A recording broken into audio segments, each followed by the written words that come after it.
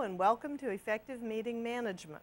If you're a channel surfer and just tuning in, turning on, whatever you do at this hour of the night, we're sorry you're up, unless you're employed and working out there. I've been getting some strange reports of people who are catching our class in the middle of the night. But we hope you're enjoying it. If you are new to this class, we spent the first part of the semester looking at large meeting management, planning conventions, arranging for thousands of people to come on site in hotels and with on-site entertainment and food services and so on. In this portion of the course, we are looking at small meeting management, in particular what's involved if you're the presiding officer, if you're in charge of the committee meeting, if you're the chairman of the board, those contexts in which we find ourselves in small meetings. Shortly, we'll be returning to motions that are used in parliamentary procedure. We've spent a few classes talking about that. We've kind of taken a little break from that, and we'll be going back to it because it's material that's easily forgotten. We've got some building blocks that we'll be using to help keep those motions in order. At the end, or the last portion of our last class, we were looking at tellers' reports, methods of voting, determining the vote necessary in order to adopt something or to elect someone. So I want us first of all in this class to continue a little bit more with that. Let's go back and review briefly what we said a couple of weeks ago when we looked at the types of voting that are possible in a situation. Normally the presiding officer would say, all in favor, say aye, all opposed, say no. And in that case you have a voice vote, and we've got a visual here that we'll use to follow on that. Sometimes though that voice vote is not clear and it seems very close, in which case you may ask for a show of hands.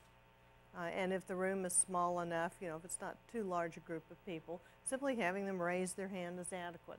Now, as we've said before in the class, most organizations in the United States are under Robert's Rules of Order, and that parliamentary authority actually says that people are supposed to stand up to be counted. But general rule of thumb, common practice is if we can see the hands and count them, then that's adequate.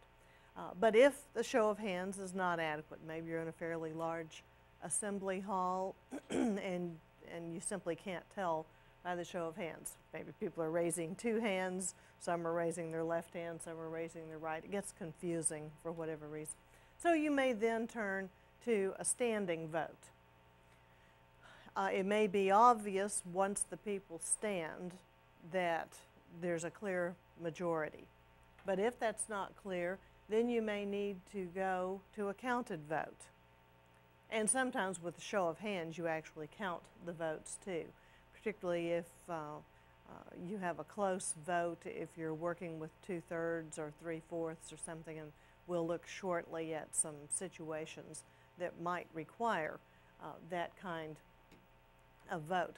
But if you are counting a large number of people, you've got some options available to you. You might just have the people number off, and they just count off 1, 2, 3, 4, 5, and sit down after they announce their number. Or you may ask some people to help in counting and designate people to take different sections of the auditorium, and each of those persons counts their particular section, comes forward to the presiding officer, reports that number, or comes to the secretary. It can work either way or both. Comes forward and reports those numbers. They're tallied between the secretary and the presiding officer. Sometimes the parliamentarian helps. Anyway, whoever is down front and the chair designates to help with that. But they tally those numbers, and then the result is announced. Okay, we talked about proxy voting before, was kind of jogging the memory today with that. Proxy voting is where you give someone else permission to vote for you. And proxy voting is generally not allowed unless the state requires it or if the bylaws of the organization permit it. But what do you think is a good argument against proxy voting? Why is it not a good idea to have proxy voting?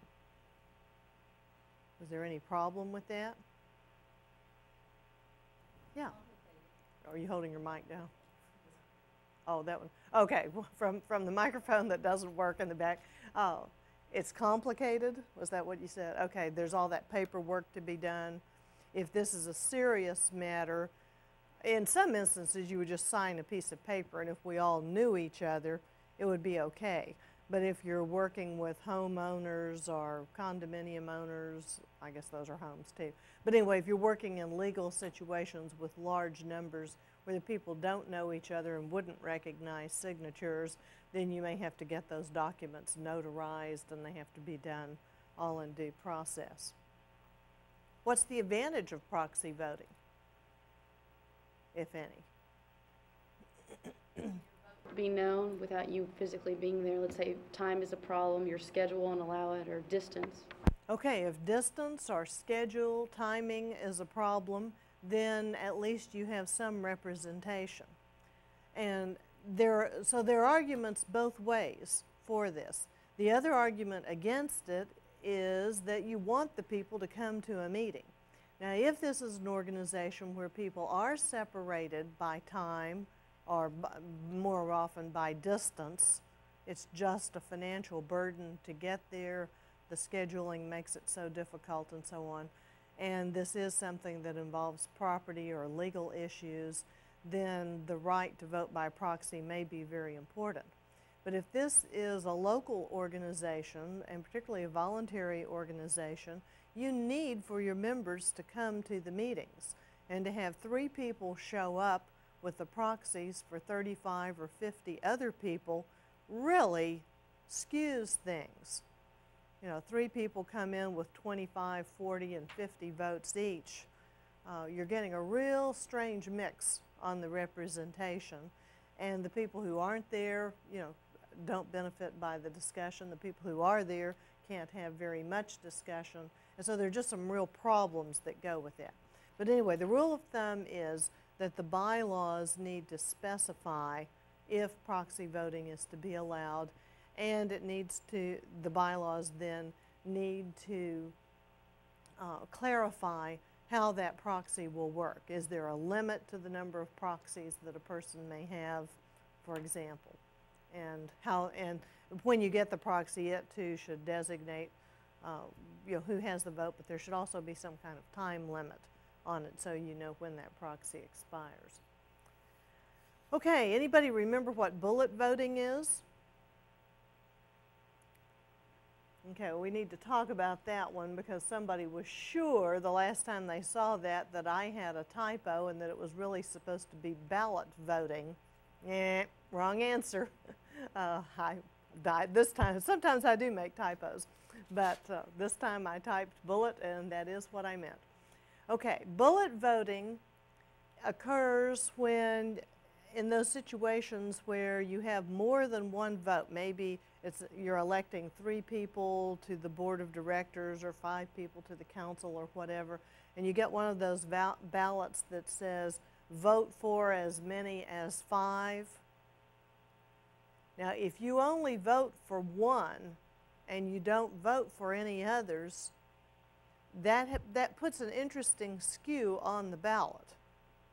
There's some instances where you have 5 votes and you could put all 5 votes, you know, if you run a proxy situation, you could put all 5 of those votes on the same person.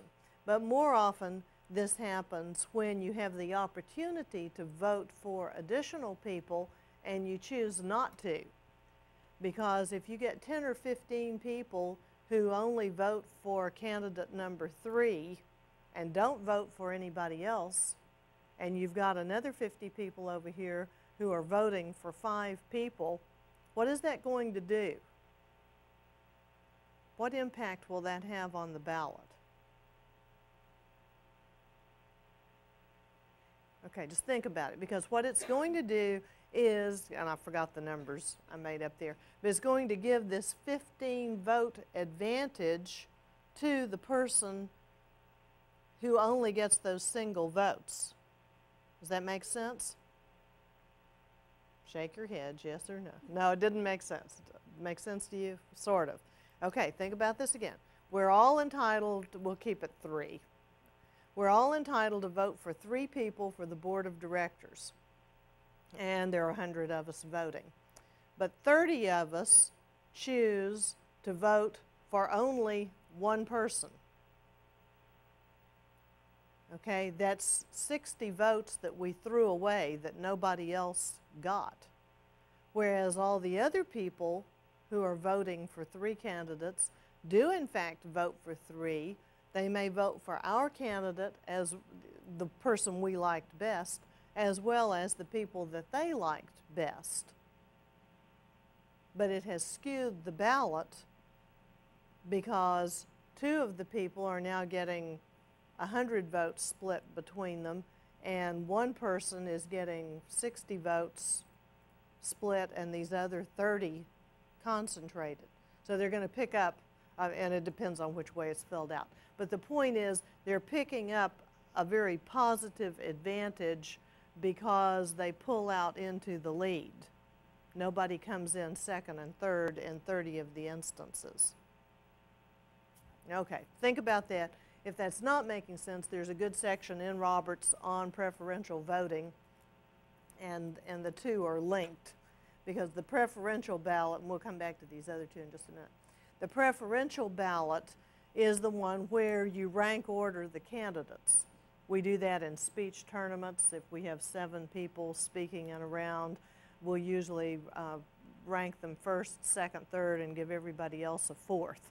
So, you know, because it's embarrassing to know that you were the worst person out of 7 speakers. And there are other situations, and in effect that's what you're doing when you vote for 3 directors. You've got 8 or 10 names on the ballot, and you pick the 3 that you're interested in. But if it's preferential, you're actually rank ordering them, 1, 2, and 3. And then the tellers committee has to sit down and figure that out, and you look to, you know, and usually the person, you want the low scores to win. So the person with the 1s is going to come in higher ranked than a person who gets all 3s. Or if you've got a 2, a 1, and a 2, you know, you'll be behind somebody that has a 1, a 1, and a 1, or a 1, 1, 2. Anyway, so with preferential balloting, you're rank ordering the people, tabulating those, and normally it's set up so that the lowest number has the highest rank. But bullet voting will skew that, and when we do tournaments, for example, like when Dr. Fain was here talking to you, the judges are required to rank order all 3, in part because we need to know who's going to get 2nd and 3rd place trophies and things like that, but because it would skew it if you only rank ordered the first person. Okay, so anyway, that's what bullet voting is. Singling, like shooting a bullet or throwing a dart at a bullseye or something and focusing. All right, written ballots you sometimes need. Sometimes they're very simple. You just tear off a piece of paper, write down the name of the person you're voting for, and drop it in the hat. Other times, the secretary may have little pieces of paper, you know, with a particular color, shape, or form designated, and they pass those out. Other times it's a printed ballot with all the names on it. Now you need to be careful if this is something that's going through the mail. For example, when we have faculty senate elections here on campus, those come through, and faculty council and different things. Those come through the interoffice mail. So they have to be initialed or coded in some way up in the corner that preserves the anonymity of the person voting, and at the same time they need to make sure you're not stuffing the ballot box, that you can't just go, you know, down to the copy machine and run off an extra 15 or 50 or whatever ballot. Well, if you ran off too many, then they'd know the ballot box was stuffed. But there are enough people who don't return ballots, you know, that if you slipped 4 or 5 in on the side, probably nobody would catch that. So what can you do in order to make sure that, and that is in effect a mail vote, M-A-I-L, vote, a vote by mail. You know, what can you do in order to preserve the integrity of that kind of ballot? Well, if you don't have too many of them, you can have the secretary initial each one with real ink, and get someone with initials that are not easily copied. Sometimes the ballot comes and it has the person's name written in the corner, and then you tear off the bottom part. But that doesn't really preserve the integrity of the ballot. You could go duplicate more, but they're usually stamped in some way with an organizational stamp, some sort of embosser out of the dean's office, something that's not easily accessible to the members in general. What do you think you would do if you were trying to have a secret, and of course a secret ballot is going to be a written ballot too, unless you're in some kind of computerized context. What can you do if you're voting by mail? You need for people to mail their ballots back to you. Any thoughts? I forgot what it's called when you take a letter to the post office, and then somebody has to sign something and mail it back to you. Oh, okay. Well, those are certified or sometimes right. return receipt. If we do that, though, don't you know who the ballot is from? Yeah. Now, sometimes that's okay. Sometimes the members are glad, the members of the board, if you only got 9 people, you may want that accountability, or if the vote is coming in from chapters around the country, you may need the accountability of that specific chapter, and that usually reflects a collective vote anyway. But if you are conducting an election by mail, and you're electing national officers, and yet this is supposed to be a secret anonymous ballot, then you have a more complicated task at hand, because even if the ballot doesn't have a name on it anywhere, the fact that you fold it up and put it in an envelope and it's postmarked, that's going to give some information about who sent that ballot in. Now, if they're coming out of Houston, it could be any of a number of speech teachers in the area. But if it's coming out of a little town of 500 people and this is the only member of the organization in that community, then the postmark itself would reveal to whom the ballot belonged. Did you have a comment? Well, I was wondering, if you send an envelope with it that's already stamped with your organization's number, wouldn't that cover that? Yeah, that's good. And that's usually what is done. You'll open the envelope, and inside there will be another envelope, and it will say, don't make any marks on this one, don't put your return address on that envelope. I don't know how the post office feels about that, but they're pre-addressed, usually with computer labels or something, so your handwriting doesn't go on it or anything. Sometimes you even put that envelope inside of another envelope that does have your address and return address, and of course the postmark is on there and everything. And if this is really serious stuff, that's more likely to be the approach that's used. You have the plain envelope that may just say Tellers Committee, Speech Communication Association. The ballot goes inside of there and it's closed up. Then that I would put inside of my own personal envelope with the return address and the stamp on it and all of that, which gets postmarked. Then when that letter goes to headquarters, they open those when they arrive, usually, or at their convenience when there's a lull, and take the inside envelopes and simply drop those either into a box or some kind of a container to collect them, and they're dropped in still sealed. Then when it's time to tabulate the votes, the committee sits down together, or sometimes it's one person, but usually you have a tellers committee so that everything's fair and square and they're watching each other. And remember, if it's a really hot election, then you have opposition members on there, or if it's super, super serious, you get an outside auditing firm to take care of it, who could care less who's elected, who doesn't even know the candidates. So it depends on who is on that committee. But anyway, whoever is serving on the tellers committee, and we'll put this up as a reminder of what we went over last time. Maybe we can scoot this over a little bit.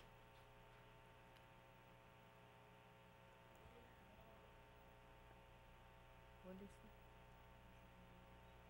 Okay. There we go. Okay, when those ballots are opened, then you're going to count them. But at that point, you've got all these mixed up envelopes that have come from all over the country, and so you don't know who they came from, and they're anonymous. Now this one we went over briefly last time and said that in a basic teller's report, you need to know the number of votes cast, how many are necessary for election,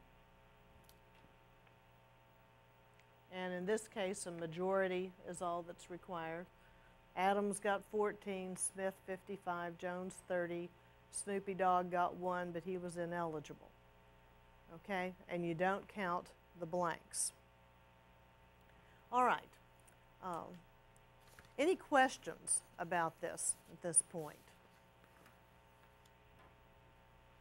Is this making sense? Any clarifications that we need to make about the methods of voting? Okay, I'm going to let you calculate one here then, as soon as I get it up.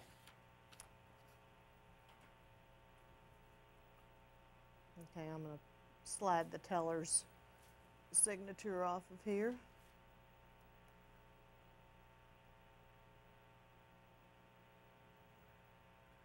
Okay, take a look at these results.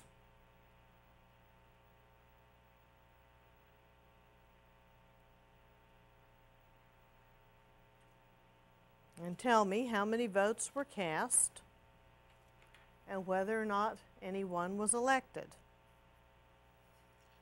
What factors do you have to take into account to figure this out? Just kind of think about that for a minute.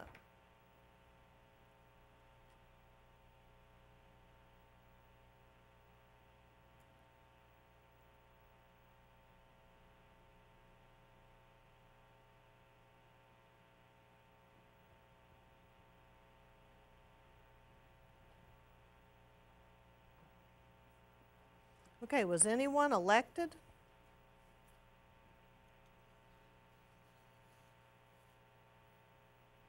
How many votes were cast?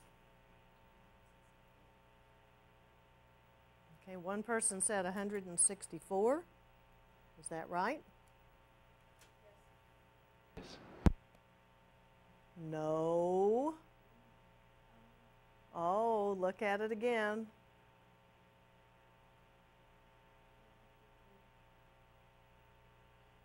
Now I hear 153. Do you folks at home agree with this? How many of these votes do we count? Illegal on the blank votes.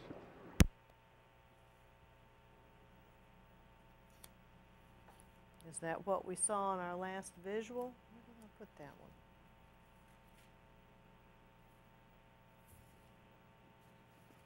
Okay, look at this one again.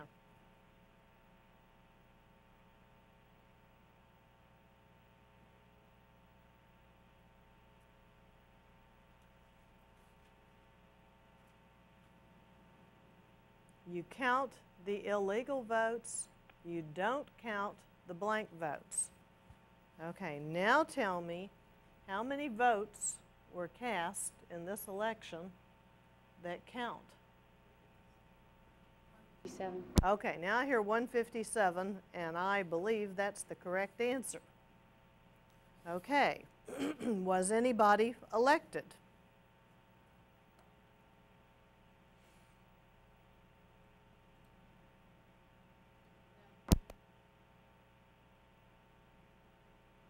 I heard a couple of no's.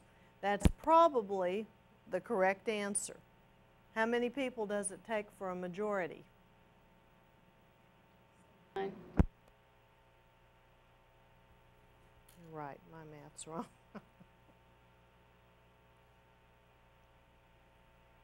Okay, takes 79 people for a majority. Nobody has a majority. Is there any circumstance under which someone on this ballot was elected.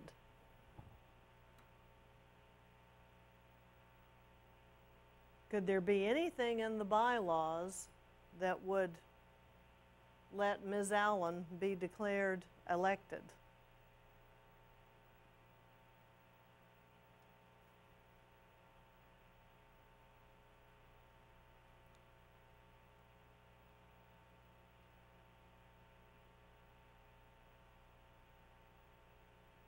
Okay, one of the things we've assumed through this is that we did have a quorum in the room. Okay, and we kind of need to put that footnote on here, because even if there were 157 votes cast, if a quorum was 200, we shouldn't even have been conducting the election. So we assume that the quorum was there. And that's down at the bottom. What factors need to be taken into account? Well, one, we need to take into account that there was a quorum when we started the election. Okay, there was a word we used last class called plurality. Remember that word? A plurality. And if the bylaws provide for election by plurality, then Ms. Allen has been elected. A plurality is the person receiving the most number of votes but not receiving a majority. Okay? And if you have a history of this kind of election, lots of people on the ballot, then a plurality might be a good idea when the vote just pretty regularly scatters like that. Okay? But Robert says you need a majority in order to elect. So unless your bylaws provide for election by plurality, you can't do that. Okay, if the bylaws don't provide for election by plurality, what should the Assembly do next? Runoff. Okay, have one vote for a runoff. Is that your best option here?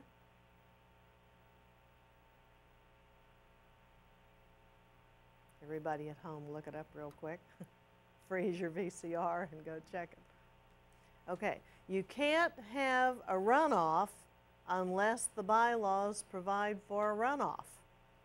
Remember last week we've been talking about bylaws and the importance of spelling everything out in there the way that you want it done, and that includes your election procedures. Okay, why would Robert say don't automatically go to a runoff? First of all, if you were having a runoff here, who would you have it between? Which people would be in the runoff? Martin and Miss Allen.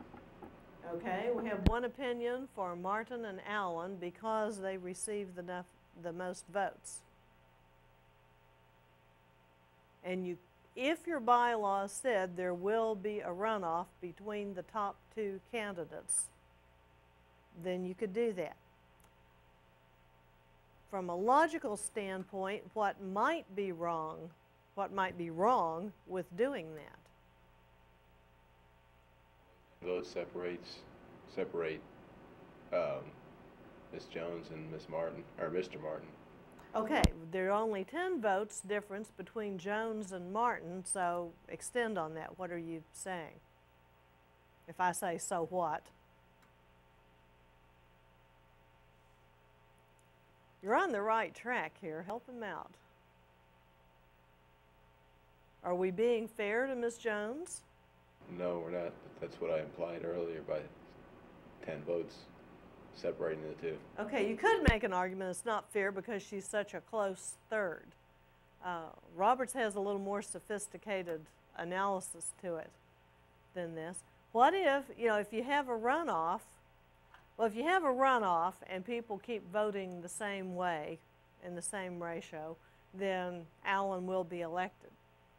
But Robert says every name stays on, unless you provide otherwise in the bylaws or in your election procedures. Sometimes those are in standing rules. But unless the organization has provided for a different approach, then all the names stay on the ballot. Now, why would he say something like that?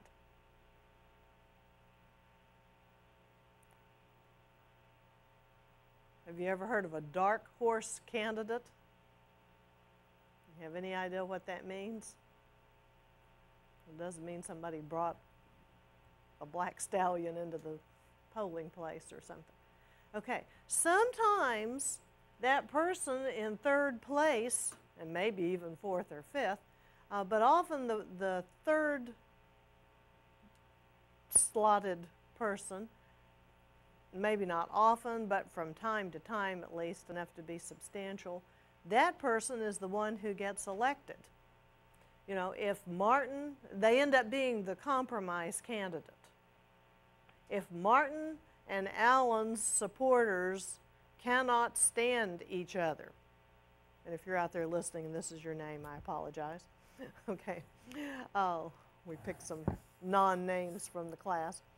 Okay, these two camps are so well defined and so juxtaposed to one another that those people, it's the whole third party concept. You know, it's these people down here with the lesser votes who have the potential to swing the election if a majority is called for. And we see it happening in national politics. It also happens in your local club or organization, may happen as well.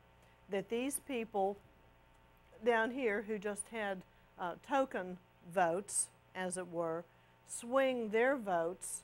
You know, if these 18 votes from Phillips and Scott go up here to Martin, then Martin's going to win the election. If, you know, if Jones and Phillips stay the same. You can play around with those numbers and see what starts to happen. Okay? But for a plurality to elect, it needs to be provided for in the bylaws. In order to have a runoff, it needs to be in the bylaws. And there's some groups that automatically assume they'll have a runoff, and they're not really supposed to. And if this is a convention, you could get yourself into a real mess with multiple voting and so on. Okay, there's another little tidbit that we need to take into account.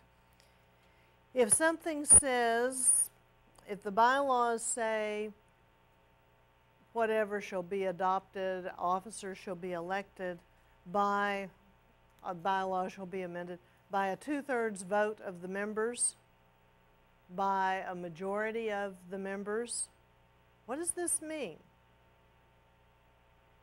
And you sometimes see that in bylaws that haven't been carefully worded. By a majority vote of the members. How many different things could that mean?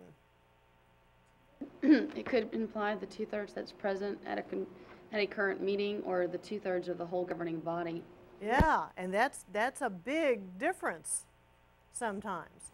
Does it mean whether it's majority, 2/3, 4/5, whatever the number is? Does it mean 2/3 of, when it says of the members, does it mean of all of the members? Does it mean 2/3 of the members in the room? Does it mean 2/3 of the members who choose to vote? Okay? And if you're the one working with the group, that's the kind of thing you should get clarified before the voting ever starts. You know, in the past, and Robert will tell, well, let me finish this sentence. In the past, how has your group counted this? Have you gone by 2/3 of the votes cast, or by and particularly if you've got delegates there, and then you've got delegates who are abstaining.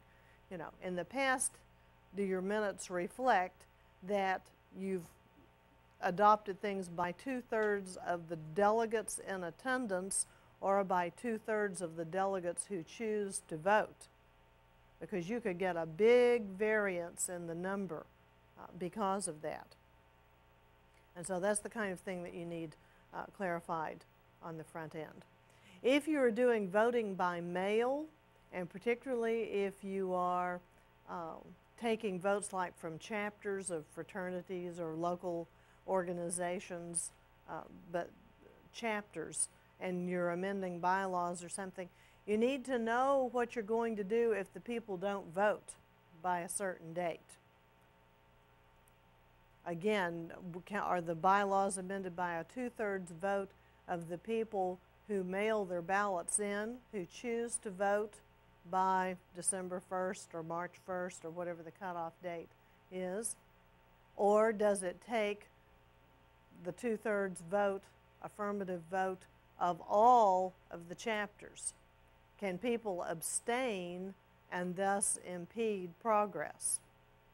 And you need to know how that is. Some groups will even have statements in the bylaws that say chapters, local groups that have not voted, if votes not returned by such and such date will be counted as affirmative votes. Or it may say will be counted as negative votes, but more often they're counted affirmatively with the notion that acquiescence means, yeah, it's okay, go ahead and do it that way. But voting gets to be potentially a very complicated thing.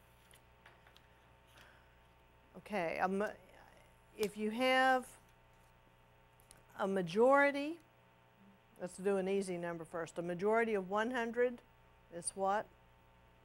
51. Okay, 2/3 of 100? 67. Okay, 3/4? 75. Okay. Why did we say it was 67 instead of 66? I was supposed to round that. Okay, anytime you have a fraction of a number, you're going to round up with that number. Okay, let me give you some math here to do, because this is a group that I worked with a while back, and they had some real catchy numbers that they had to deal with. A few weeks ago I was with the National Panhellenic Council. Okay, they have 26 delegates who come to convention, and they also provide for first, second, and third alternates, so there's no doubt that those 26 people, you know, unless they choose to abstain, those people will all be there. Okay, they had to determine how many votes were necessary for adoption. Okay, but they have 4 different numbers, actually 5 with the last one, numbers that they have to work with.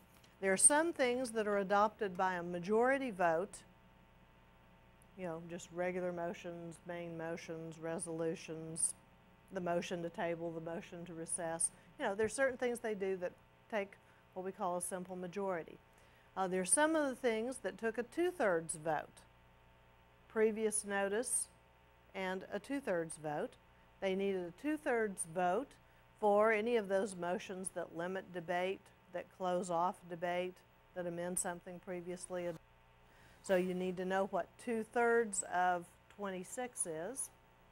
In order to amend the Constitution, and they have both Constitution and bylaws, in order to amend the Constitution, they needed a 3/4 vote. And then they have what is called unanimous agreements. And those are agreements that all 26 member sororities signed on to. And as the name implies, in order to be unanimous, they all have to agree to it. So that one's easy. That one's 26. All 20, to adopt a new unanimous agreement takes a unanimous vote, and so that one's 26. To amend a unanimous agreement, you know, go back and make a little change in something that all agreed upon previously, takes a 7/8 vote. So do your math there and tell me what's a majority, what is 2/3, what is 3/4, what is 7/8. And the calculators are working out here.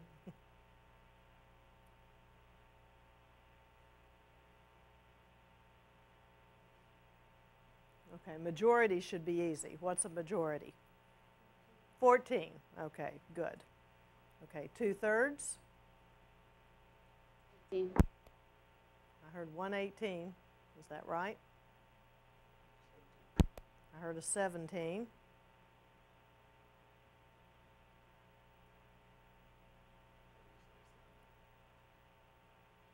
Well, y'all are getting close. We'll see if you have confidence in your numbers. Somebody, what did you get, Maria? Maria got 18. Okay. What did you actually get when you divided it? Did you get a fraction? Which was what? I didn't write the fraction down. 17 point. Okay, 17.3. And even though that 0.3 is less than half, it's still more than 17, so you round up to 18. Okay, see, some of this gets real tricky, but if it's any fraction greater, you round up to the next vote. Okay, so 2/3 of 26 for voting purposes is 18 votes. Okay, 3/4. I heard two 20s. You agree? Okay, he's going to agree. Okay, we've got 20 there. Okay, 7/8. 3. Okay, 23 on 7/8. Now, we won't calculate back through this again, but if anybody abstained, and see whether you're working as parliamentarian or secretary or the chief teller or whatever, you know, we just had, it works real well with the calculator, but you had to calculate that out. Now, this group is good about having, on almost everything, almost everyone voted. But if you got in a situation where 21 of the 26 people cast votes and 5 chose to abstain, then you'd be going back through your formulas again. Did this take a 2/3 or a 3/4 or a 7/8 times 18 votes times 21 votes times 25 votes? You know, and you have to have in your head how you're going to figure those things out. If we're back to 157 votes and you need 7/8 of 157 or 2/3 of 157, you know, you have to remember that little formula by multiplying by 2 and dividing by 3, or multiplying by 3 and dividing by 4. Or you need to, you know, safer still is to have your calculator in hand. Yes? So if people abstain, you don't count them, like if you have 21 people, then you count and you calculate at 21, not at 26? Right. Abstaining is the same thing as turning in a blank ballot. Okay? It's when people cast illegal votes, when they try to vote and don't do it successfully, that we go ahead and count those votes anyway as votes cast, on the assumption that they tried to vote, they just weren't successful at it. Okay, they either wrote the name illegibly and the tellers committee couldn't figure out who it was for, or they wanted to vote but they had an ineligible candidate, things like that. Okay, any question about tellers committee? Okay, usually, and I didn't put the signature line on this one just in the interest of space because we were working with the exercise. Normally, and the more important the ballot is, or the results are, in many instances the whole committee will sign the teller's report. Okay, all the tellers will sign down there underneath the chief teller, or they may initial it or something. But in some way you need to verify what those are. Okay, we're going to unscramble some motions. I have up here on the table with me the building blocks, some of the building blocks that we've used before. Let's review some of those. They're grouped here. I've got 5 in this stack. What are these 5 called? Do you remember? We're looking for a particular type Yeah, of what motion. type of motion are these? Okay, these are the privileged motions, and they're in order from fix the time on down in the rank order that they take priority. Okay, this next stack, I'm going to scoot these over a little. These in the middle, are these privileged? No, what are they called? Well, the bottom one is a main motion. Okay, but the 7 that are stacked on top of it, what are those called? They apply to the main motion. It's only been a week since we did this. You're not supposed to forget it yet. Those are the subsidiary motions, and those are the ones that apply to the main motion. Okay, they stick to the main motion.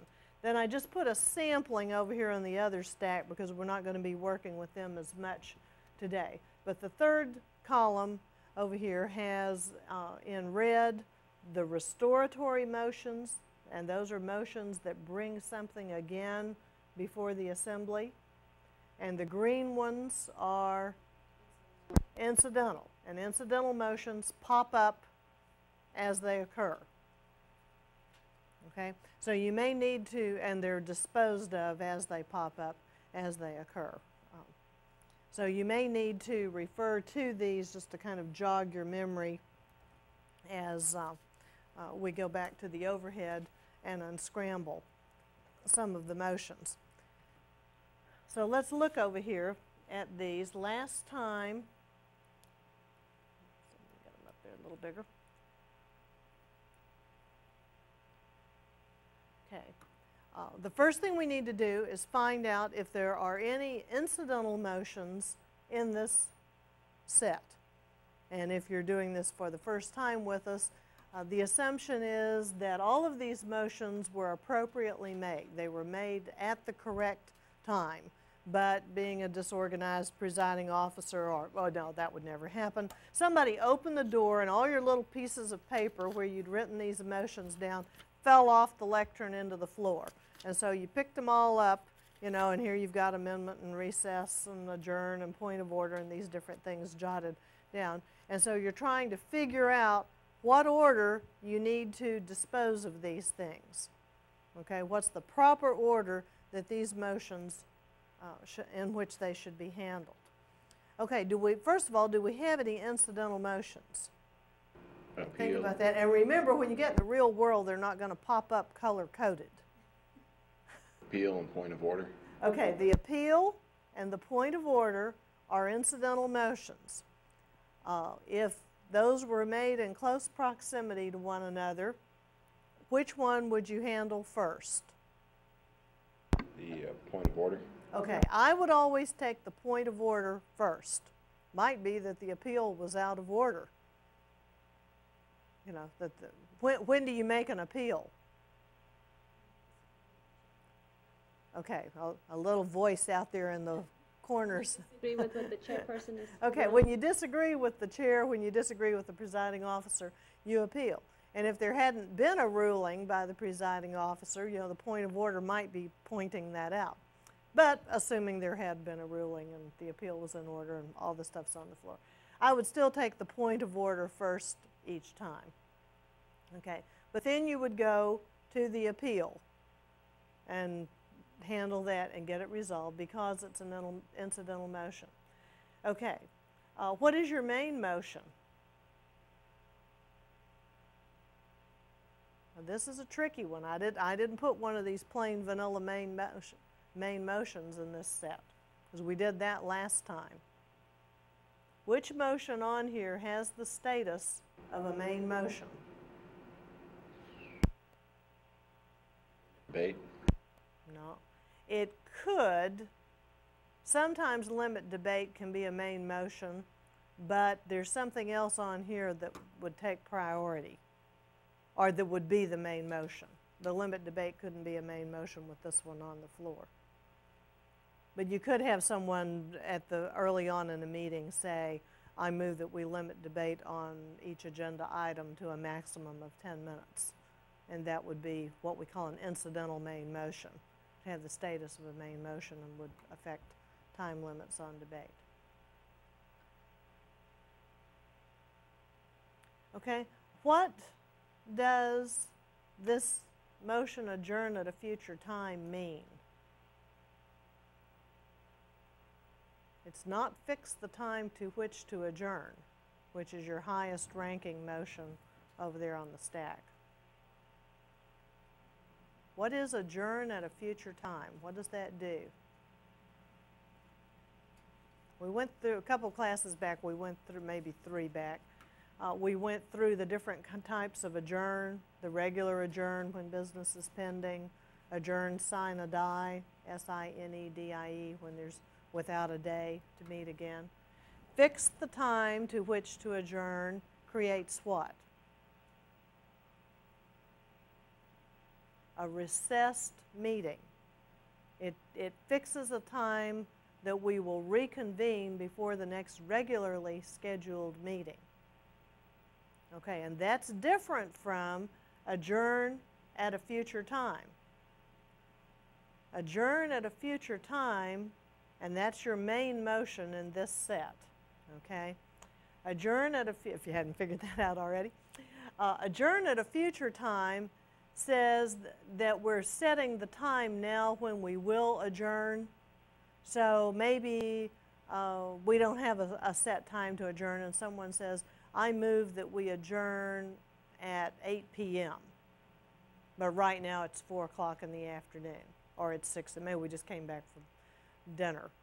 And it's 7 p.m. and someone says, I move that we adjourn this meeting at 10:30. In other words, let's decide right now that we're not going to stay beyond a certain point. And because it may be easier to agree on that before we're in the heat of debate at 10 or 10:15 tonight.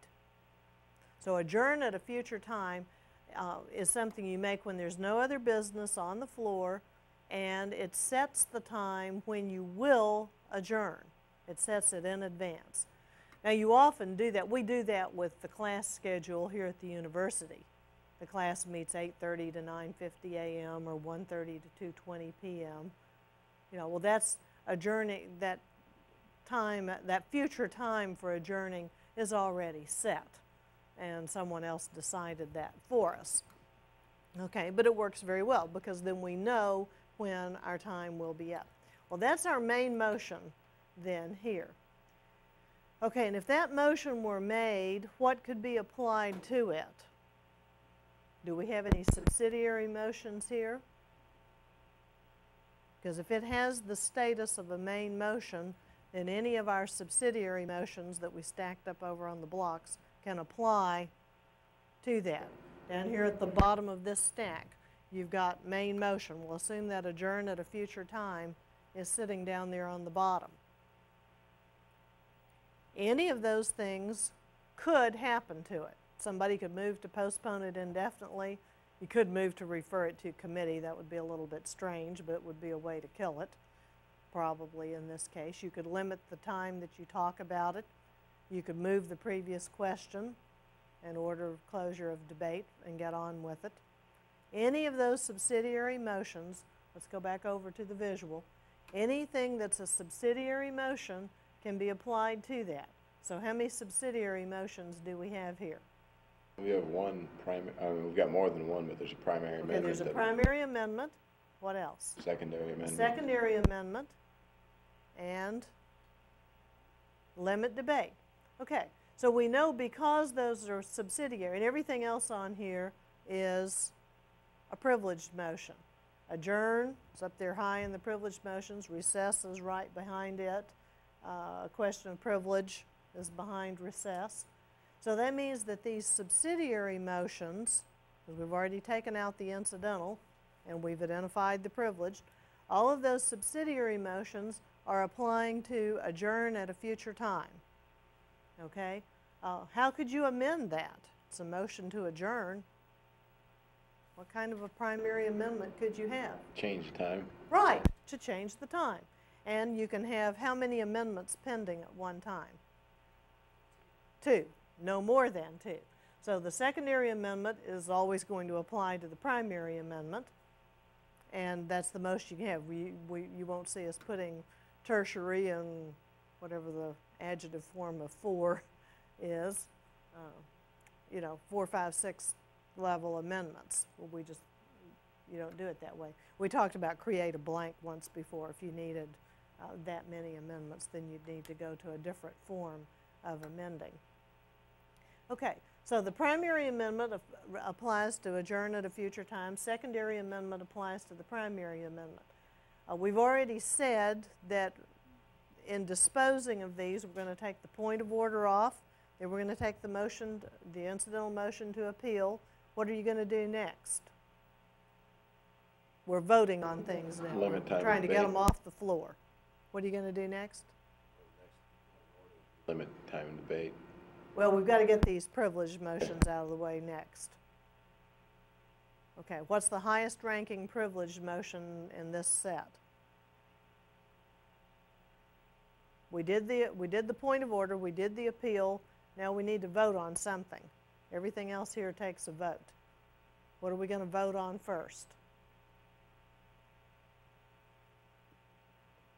Limit debate? No, we've got to get our Question privileged motion. Remember, those privileged motions all stack up on top of the subsidiary ones. So which one are you going to vote on first? Question of privilege. No, look back over here. Okay, adjourn. Yeah, ignore the red one. I'm looking at the wrong stack. Here they are. I don't have them labeled on the back side.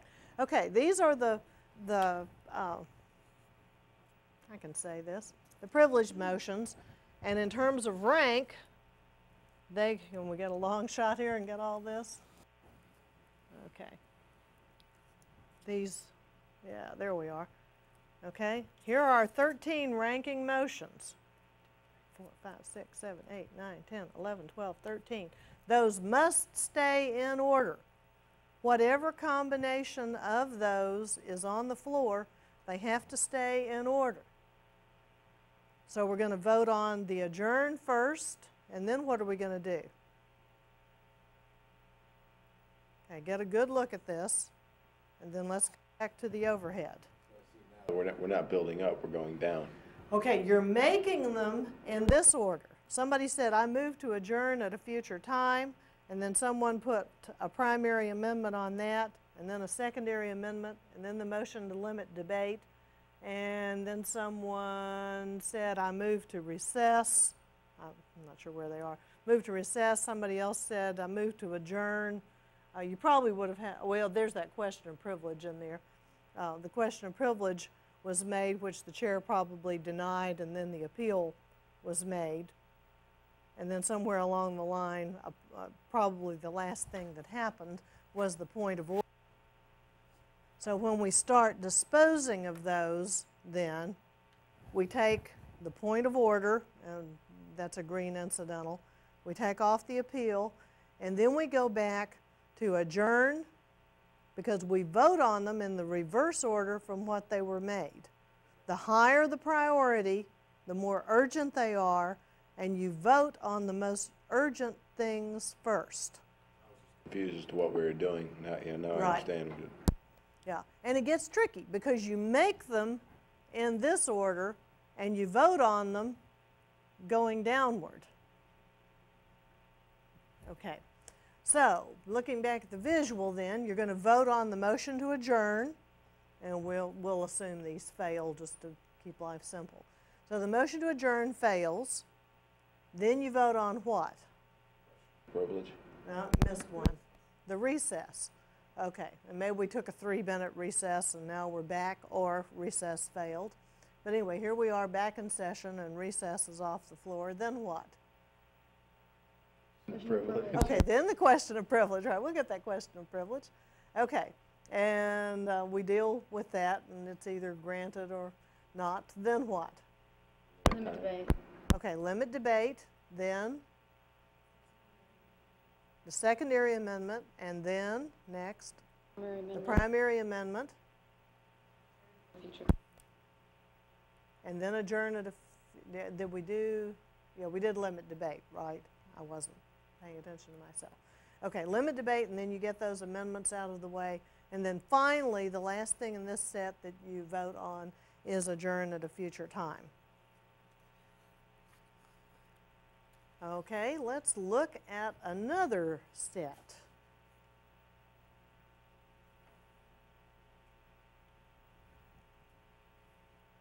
Okay, do you have any incidental motions in this set?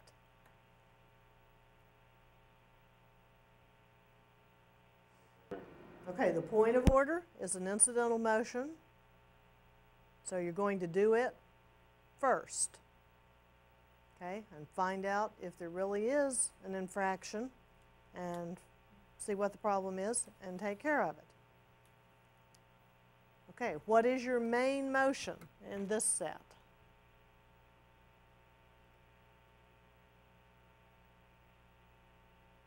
What has the status of a main motion?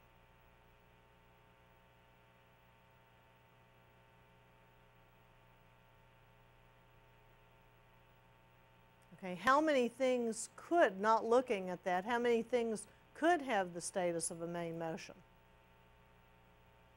Adjourn at a future time, but that's not up there.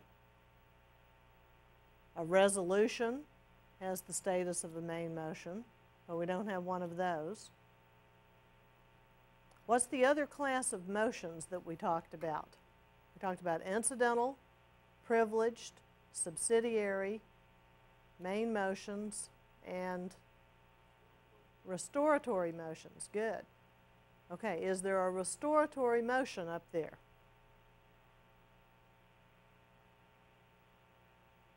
Well, let's go through and sort them out. What is adjourn? It's privileged. Table or lay on the table?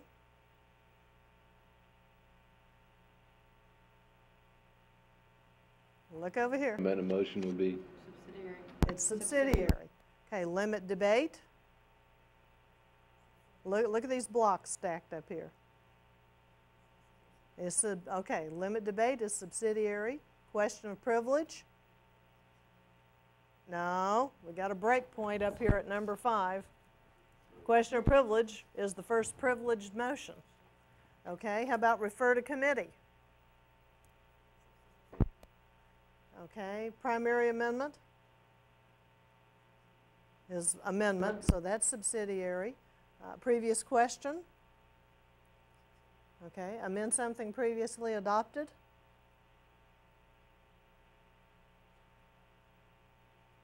Is amend something previously adopted up here? Okay, it's restoratory, one by process of elimination, but also there are only 5 privileged and there are only 7 subsidiary. And the restoratory motions have the status of a main motion. So if there's a restoratory motion, and I don't know, did I put amend something previously adopted over there? Okay, it's one of our red blocks. It's still over in the toy box. Amend something previously adopted is, we've got color-coded red in here, but more importantly, it's a restoratory motion. Okay, and so it's going to have the status of a main motion. Now, knowing that, let's go back to the visual and see if we can sort these out. Okay, we had, we're losing part of our image here, but I'm not sure why.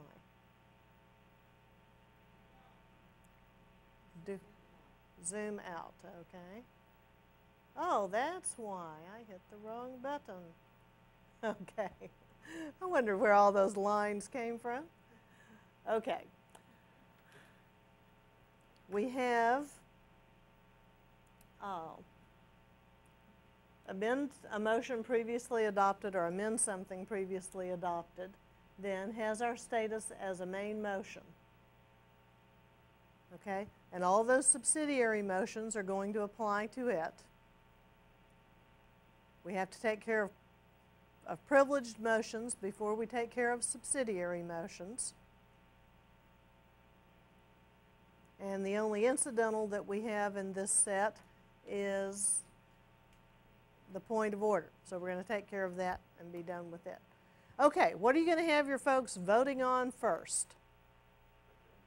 Adjourn? Okay, good answer. Then what? Question of privilege.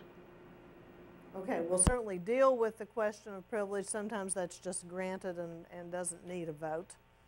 Okay, but you'll deal with the question of privilege. Are there any other privileged motions in that set?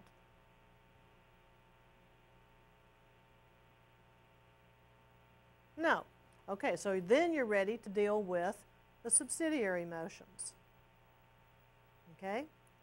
So what will you vote on next? Lay it on the table.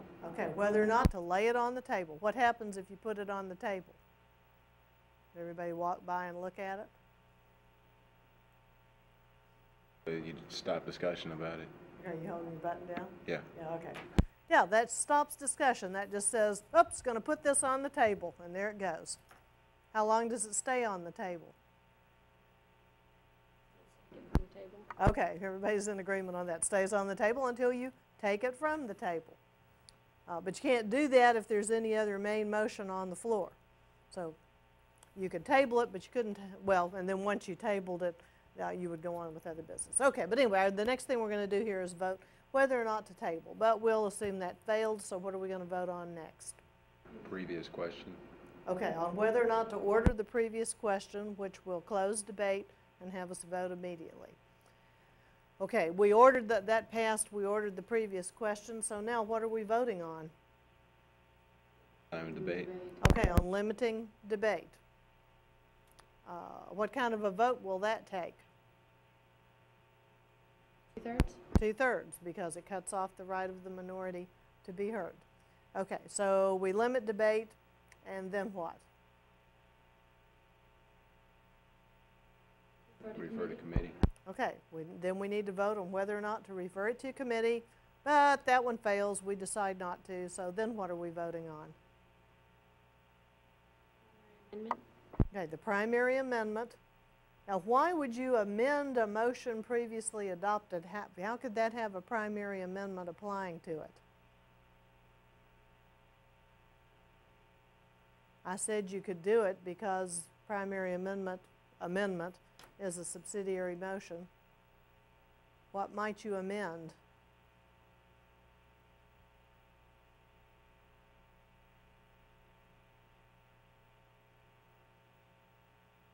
Okay, amending something previously adopted could be minutes that you approved once before. Maybe you had endorsed 2 candidates for city council at last month's meeting, and then somebody came in and with a newspaper clipping that showed one of them turned out to be a jerk and got in trouble with the police or whatever the case might be. And so somebody moved to amend that maybe you're amending the minutes to correct them, maybe you're amending a motion that you previously passed, okay? But maybe you don't like the main motion the way it's phrased, to amend something previously adopted, to strike out the second candidate's name and insert wholeheartedly support the other candidate. And so someone wants to amend the motion to amend by striking out wholeheartedly support. Okay? Or maybe you're amending the minutes that were previously adopted to show names of people who were there, names of people who were not there, or something. And anyway, you want to whatever it is, the amendment is calling for you to modify that restoratory motion amending something previously adopted. There's something about the wording of that motion that the maker of the amendment is dissatisfied with. And so they're asking for the wording. Maybe it's just a poorly worded main motion, restoratory motion, okay? And so someone is suggesting a rewording of part of that motion so that it will either flow more smoothly or that it will more accurately reflect what the people are interested in. Okay, so what's the last thing you're going to vote on? Motion previously adopted. Okay, the last thing you'll vote on is that amend a motion previously adopted, because that's the restoratory motion and it has the status of the main motion. Okay, any question about this one? Okay, let's put one more up today. We may not get this one completely unscrambled, but that's okay. You can think about it between now and next time if we don't get through. This is a longer set. And so we have these motions that were all properly made in correct form at the appropriate time. A motion to recess, a motion to order the previous question, a call for a division of the question, a primary amendment, and yes, I meant what I typed when I put primary amendment down here at the bottom. So be thinking about what things in this set are amendable, and one primary amendment will go in one place and the other primary amendment will go in a different place. So you have two primary amendments, and obviously they don't apply to each other. There's a secondary amendment there, and you can let that apply to either one of the primary amendments that you want to. You'd have to know when it was made in order to know for sure which one it's applicable to. Okay, there's a question of privilege. There's a main motion. There's a point of order. There's a motion to modify or limit debate. And there's that secondary amendment. There's the motion to lay on the table. And there's a motion to adjourn. What's the first thing that you're going to need to do? Get the incidental motion Okay. out of the way. You need to figure out what the classification of the motions is. In this case, I've given you a main motion, so that was easy. You're not looking around for, see how nice I am. This time you're not looking around for something like adjourn at a future time or amend something previously adopted. You know where your main motion is sitting. It's not hiding this time. But the first thing, once you've spotted that, then the next thing that you need to do is sort out what your classification of motions is. Which ones are incidental? What else can they be? They could be restoratory, but you've got a main motion here. Can you have a restoratory motion when you have a main motion? No. Okay, so as soon as you spot that main motion, you know that you don't have to find the restoratory. You're not looking for restoratory motions, except that you may be checking to see if I made a mistake when I put the set together, because every once in a while I do that. Okay. So you've got your main motion. You know there aren't any restoratory motions. So what three options are left for classifications? Incidental. Incidental. Privileged. Privileged. Subsidiary. And subsidiary. Okay, incidental, privileged, and subsidiary. So that's what you need to do then, is go through with the rest of these and sort them out. Because you don't have restoratory, you've spotted the main motion, and you need to know which ones are incidental, incidental, subsidiary, I can say this, subsidiary, and privileged. Okay, do you have privileged motions there? Recess. Okay, adjourn and recess. Anything else privileged? Question of Question of privilege. privilege. Question of privilege, yeah. Okay. Are there any incidental motions there? Division of question and point of order. Okay, division of the question and point of order. When are you going to handle those? At the onset. Okay, as soon as they're made, right. That point of order you'll do immediately. And the way this works, the division of the question might pop up as soon as the main motion is made, but if not, whenever it's requested, you would deal with it. Okay, well, we're running out of time today, but take a look at those and unscramble them yourselves, and we will double check your answers next class period.